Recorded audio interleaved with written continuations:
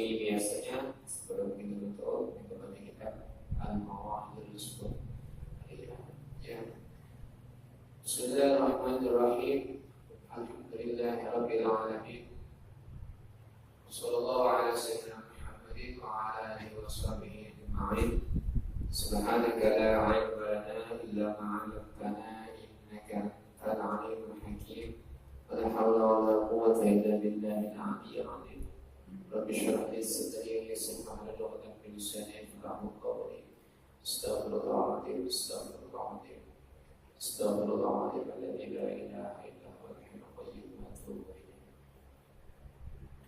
Qala Syekh Al-Albani rahimahullah ta'ala nafa'ana Allah bil 'ulumi fid dharain. Amin. Al-hadits as-sahih, hadis yang ke-7 ya.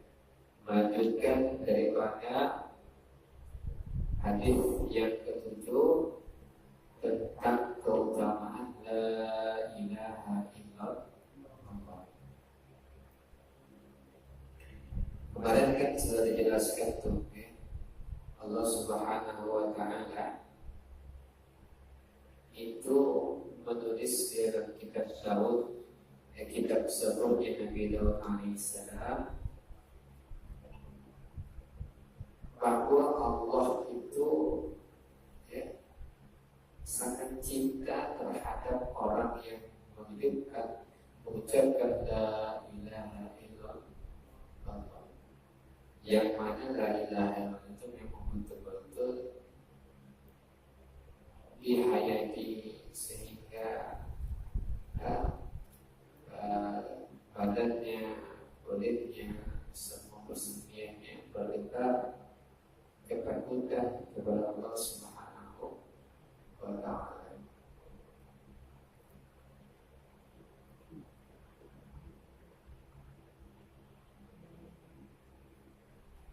Nah, cerita lain yang diceritakan oleh Syekh Abu Bakar bin Abdullah Al-Musni rahmatullahi alaih. Cerita ini berhubungan dengan keutamaan la ilaha illallah. Diceritakan bahwa seorang raja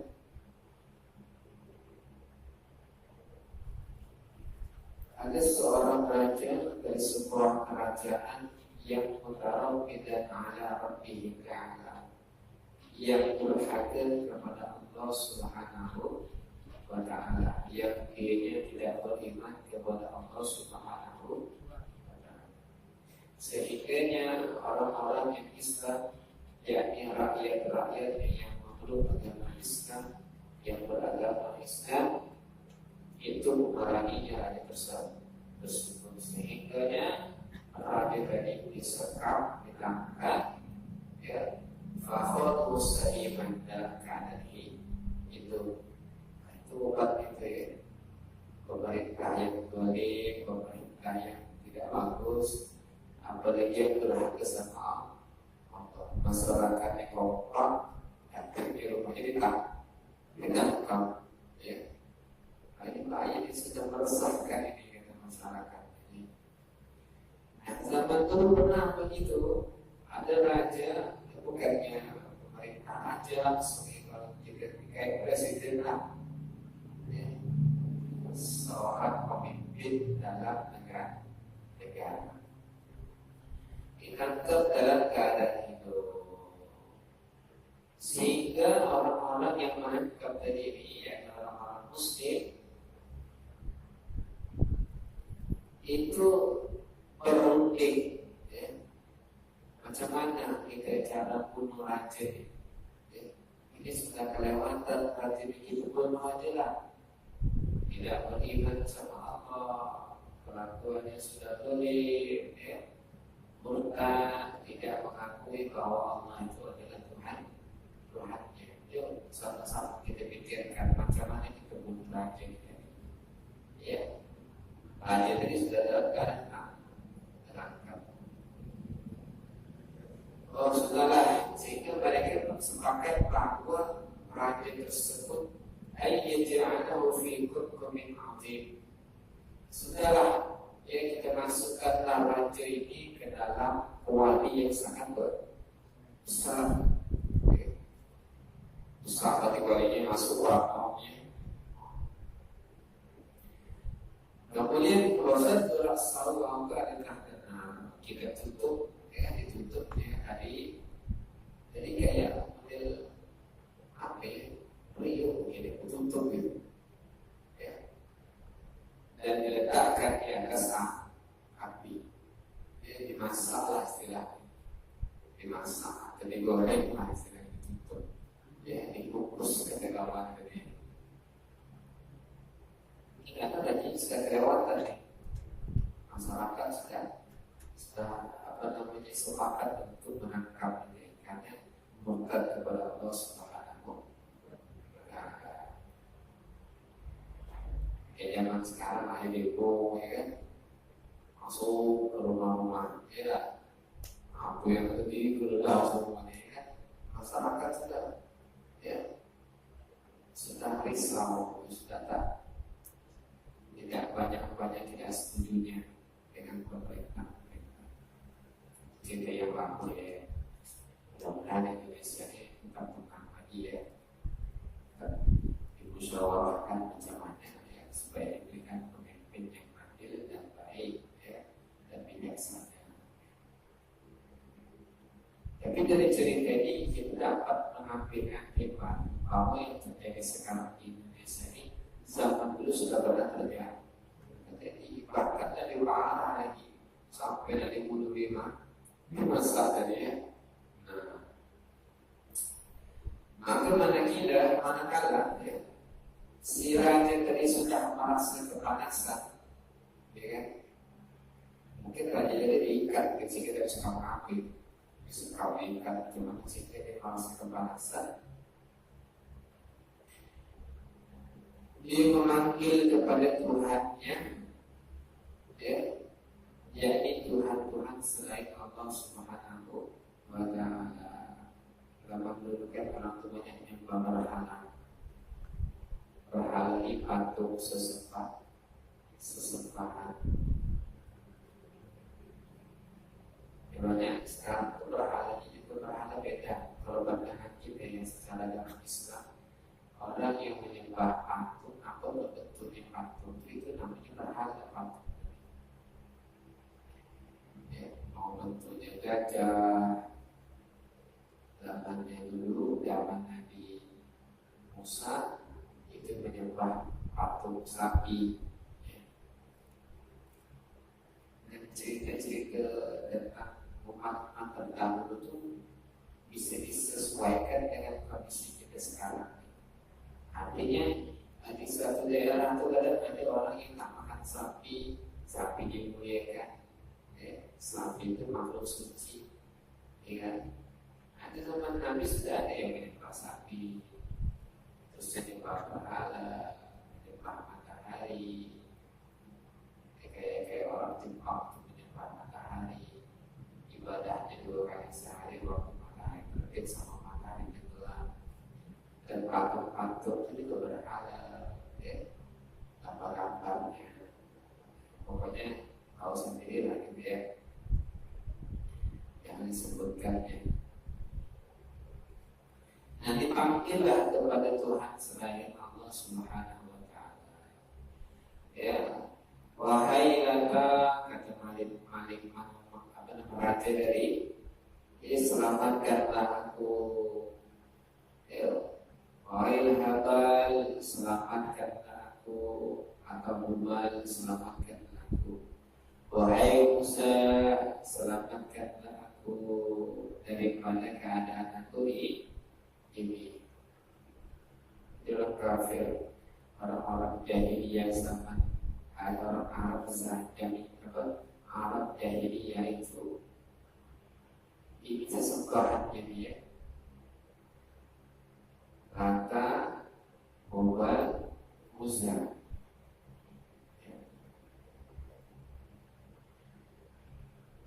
Wahai Habil, wahai Hubal, aku ini dulu sering mengusap kepalamu, aku bersihkan kakimu, ya, selama bertahun-tahun, ya, dalam pelajari aku ini sudah lama membersihkan kaki sesembahanku, yakni hampir kakimu, hampir palamu, ya, selamatkanlah aku dari keadaan ini. Tetapi apa yang terjadi? Fakallamma tajawu ilaihim kasidu iraqatan makin memanggil kepada Tuhan selain Allah. Jadi malah apinya makin panas, ya. Bukan apinya patah, malah makin panas, ya. Maka sehingga dia pun mengetahui, ya, falamma alima annahum laysu yaruna anhu, maka ketika dia mengetahui bahwa hal-hal tersebut, ya, sesembahan itu tersebut tidak bisa menolongnya, maka dia pun merasa putus asa, sehingga dia pun bermunajat kepada Allah Subhanahu wa Ta'ala di dalam kuwati kemudian. Apa yang dimunajatkan? La ilaha illallah Muhammadur Rasulullah, ya. Jadi sudah dia sadar tadi tak bisa ada yang bisa menolong dia, baru memanggil kepada Allah Subhanahu wa Ta'ala. Fir'aun itu juga dulu, ya. Fir'aun itu waktu mengejar Nabi Musa alaihissalam, ketika tadi lautan terbelah dan Nabi Musa telah menyeberang dengan kaumnya, Fir'aun berada di tengah-tengah laut ketika ditenggelamkan tadi oleh Allah Subhanahu wa Ta'ala, sudah putus asa, ya, sehingga dia mau beriman kepada Allah Subhanahu wa Ta'ala. Tapi nyawanya Fir'aun itu sudah lepas di atas tenggorokan, sehingga keimanannya tidak diterima oleh Allah Subhanahu wa Ta'ala. Nyawanya itu sudah jadi nyawa ini, ya, sama malaikat itu dicabut dari atas sampai dari kaki kita. Makanya kalau menengok orang itu, kadang-kadang orang itu mau sudah nyawanya mau diangkat sama Allah, tengok kakinya. Kalau kakinya sudah tak ada nyawanya, artinya sudah berjulur begini, lemah sudah, ya, lurus begini kakinya kan, kalau biasanya tegak begini kakinya. Nah kalau nyawa cerita itu kakinya boleh lurus begitu, dari atas itu. Nah, itu tanda-tandanya nyawanya sudah mau diangkat, ya. Ada yang sesuai naik ke atas sampai ke dada. Nah, Fir'aun itu sudah sampai ke tenggorokan, nyawanya sudah naik, ya, sudah lewat maka dia beriman. Kalau kita jangan sampai kayak gitu, ya. Jangan sampai nanti sudah di tengah nyawa gitu kan, sudah meninggal kalau kita sadar, ya. Kalau bisa dari sekarang sadar sedikit, ya.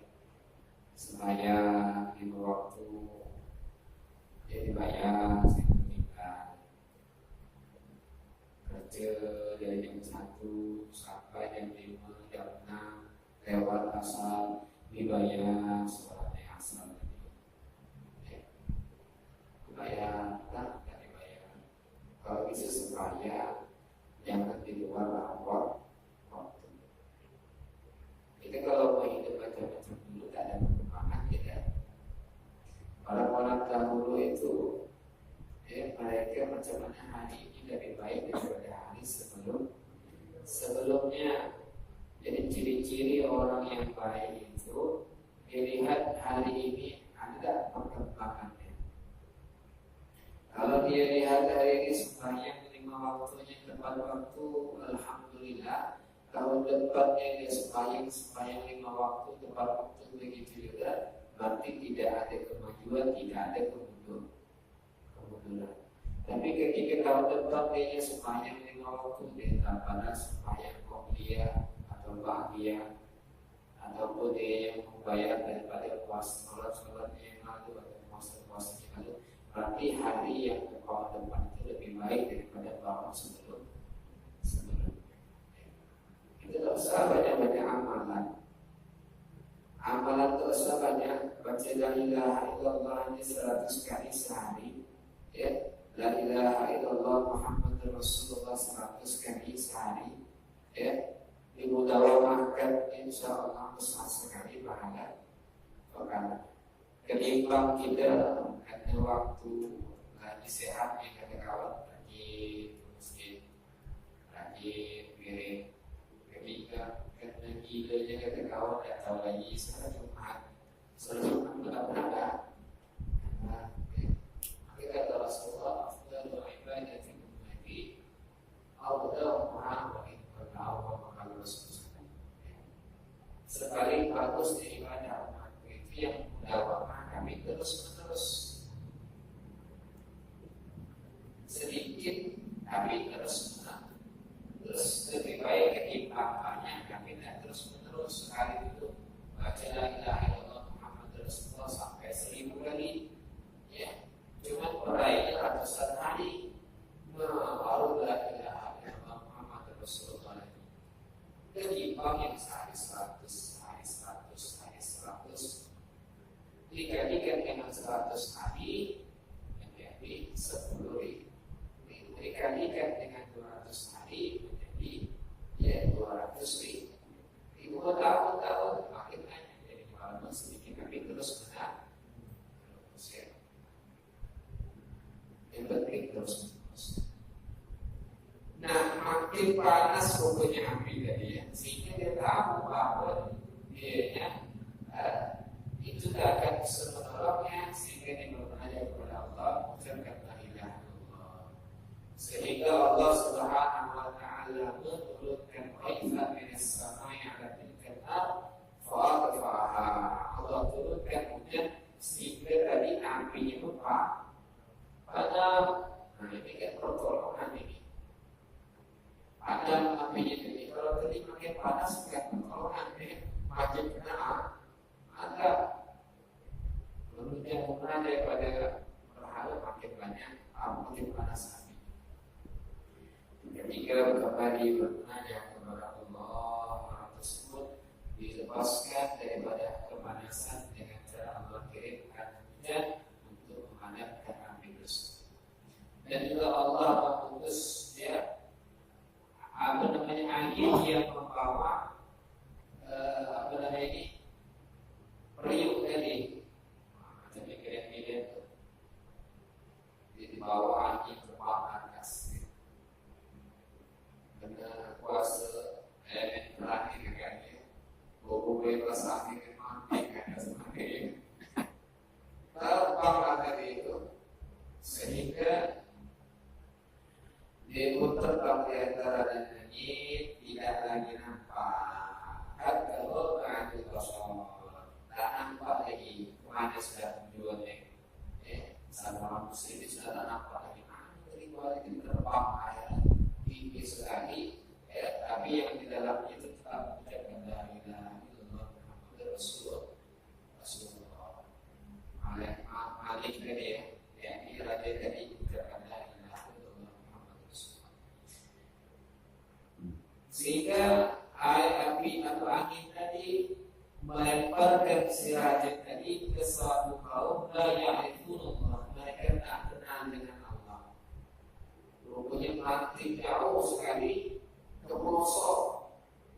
Mereka tadi kan di daerah itu orang kenal sama Allah. Nah, la ya'rifunullah, coba mungkin mereka yang sana mungkin berjauh sampai daerah pelosok ayam sana. Ketika diambil dari bencana tadi ataupun wajah wali tadi, dibukalah orang-orang yang menemukannya tadi, ya, dibukakan menjadi dalam doa. Nah, ditanya sama orang penduduk situ, mana ada siapa kau yang dalam kuat ini tiba-tiba datang dari langit ke daerah kami yang merosot seperti ini. Maka si raja tadi menceritakan tentang kisahnya.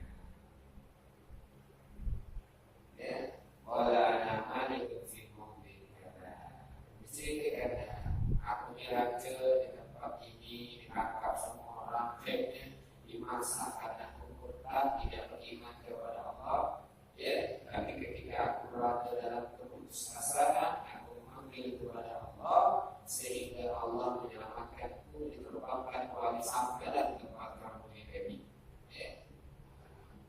Ketika mendengar tersebut, orang yang tak kenal sama Allah tadi wasnahu jami'an, masuk Islam semuanya, ya. Nah, Masya Allah, semuanya masuk Islam. Maka juga bisa ya, Masya Allah, kalau begitu kami semuanya beriman kepada Tuhan yang bersifat